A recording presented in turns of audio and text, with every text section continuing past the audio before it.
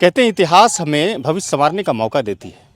आज हम बात करने जा रहे हैं भागलपुर के ऐसे ऐतिहासिक धरोहरों की जिसका जिक्र आज से बहुत पहले अखबारों और कई मैगजीन के साथ साथ कई टीवी चैनलों पर भी हो चुका है।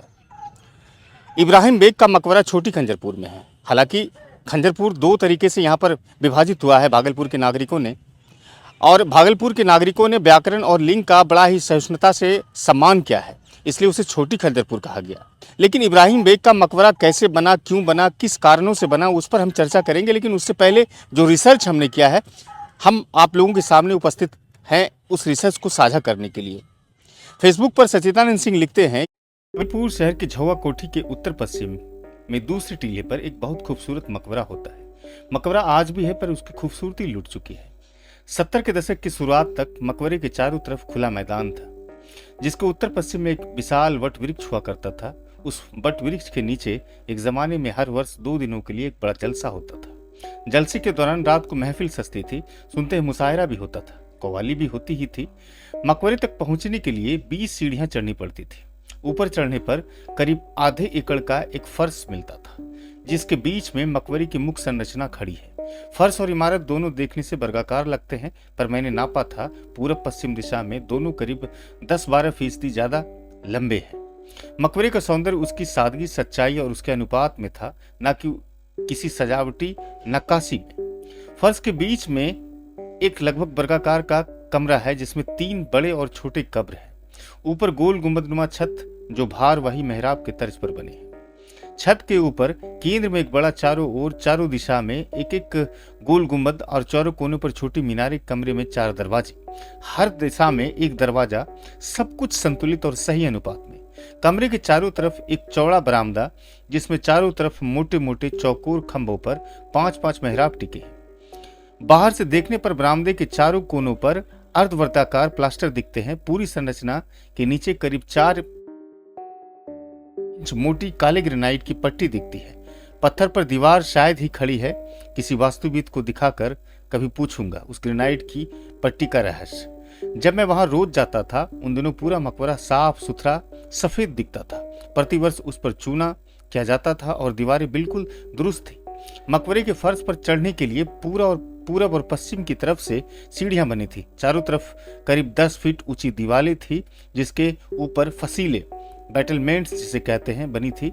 दीवार के चारों कोनों पर वृत्ताकार बुर्ज बने थे। नीचे से देखने पर लगता था कि कोई छोटा सा किला हो।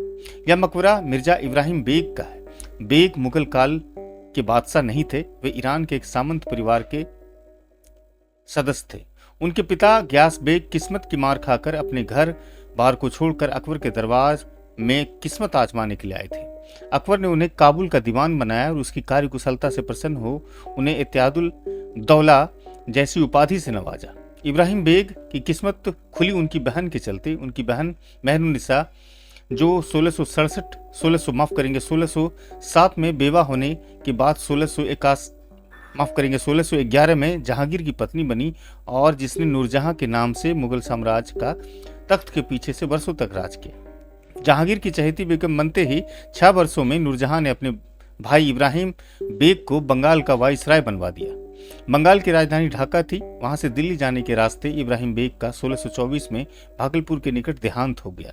अभी तो यही रोना है कि ऐतिहासिक मकबरा मेरे शहर में टूट रहा है और किसी को परवाह नहीं है।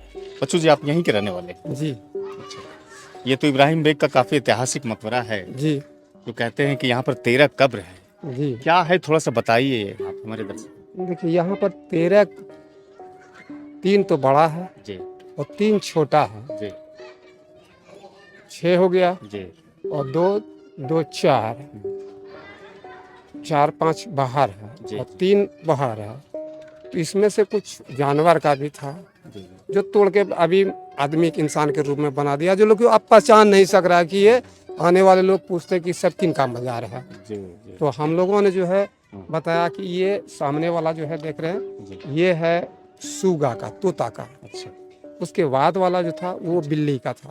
जी जी हम लोगों के समय जो देखे, जो जी, टूट जी। के बनने के बाद जो अभी तो बना दिया इंसान के, तो को पहचान नहीं सक रहा जी है। बिल्कुल। और उनके बाद बाहर उस साइड जो तो ऐसे पड़ा हुआ, वो इनका सिपाही का, सिपाही। सिपाही है। तो ये लोग सब थे। और अभी क्या हो रहा है कि हम लोग जो है सब लोग यहाँ पर, या हम लोग 32 परिवार मुसलमान और हिंदू एक साथ रहते थे। जी जी 89 के दंगे के बाद जी अपना अपना सब जगह छोड़ दिया, यहाँ से चले गए।